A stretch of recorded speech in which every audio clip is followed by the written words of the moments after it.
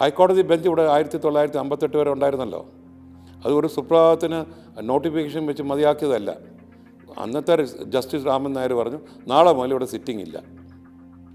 അതോടെ ആ ഹൈക്കോടതി ബെഞ്ച് അവിടെ നിന്നു. അല്ലാതെ ഈ ഹൈക്കോടതി ബെഞ്ച് പറിച്ചെടുത്തോണ്ടൊന്നും പോയിട്ടില്ല. ഇപ്പോഴും അവിടെ ഉണ്ട്. ഞങ്ങൾ പറഞ്ഞാൽ അത് പുനഃസ്ഥാപിക്കുക, ഇത് മാത്രമേ നമ്മൾ ചോദിക്കുന്നുള്ളൂ. അപ്പോൾ ഇങ്ങനെ ഓരോ കാര്യം നമ്മൾ ചോദിക്കുമ്പോൾ ആൾക്കാർ പണ്ട് ഇത്രയും പാടുപെട്ടാണ് നമ്മൾ ട്രിവാൻഡ്രം വേളി സ്റ്റേഷൻ, അല്ലെങ്കിൽ അന്ന് വേളി സ്റ്റേഷൻ നേമം സ്റ്റേഷൻ, ഇതിൻ്റെ പുറകെ നടന്നാണ് അത് ട്രിവാൻഡ്രം നോർത്ത് സൗത്ത് ആയത്. അല്ലെങ്കിൽ നോർത്ത് ഇന്ത്യയിൽ വരുന്ന ആൾ വേളി എവിടെ, നിയമം എവിടെ, ഇതെല്ലാം ട്രിവാൻഡ്രത്തിന് അടുത്താണ് കിടക്കുന്ന ആർക്കും അറിയത്തില്ല. അപ്പോൾ നമ്മൾ ലൊക്കേഷൻ ബ്രാൻഡിങ് വേണം.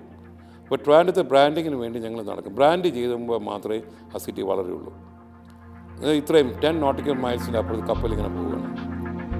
മുകളിൽ കൂടെ 10-300 പ്ലെയിൻ ഓവർ ഫ്ലൈ ചെയ്തു. ഇതൊക്കെ നമുക്കിവിടെ ലാൻഡിങ് റൈറ്റ്സ് ഒക്കെ കൊടുത്താൽ പ്ലെയിൻ വരത്തില്ലേ? ആ പോകുന്ന കപ്പൽ ഇവിടെ വന്നിട്ട് റീഫ്യൂൽ ചെയ്യാൻ പറ്റില്ലേ? അപ്പോൾ ഇതൊക്കെ നമ്മൾ മുൻകൂട്ടി കാണണം. അപ്പോൾ ഇവിടെ ഇരിക്കുന്ന ഉദ്യോഗസ്ഥന്മാരെ അതുപോലെ ചിന്തിക്കണം. അവരെ ഉദ്യോഗസ്ഥന്മാർ ചിന്തിക്കത്തില്ല.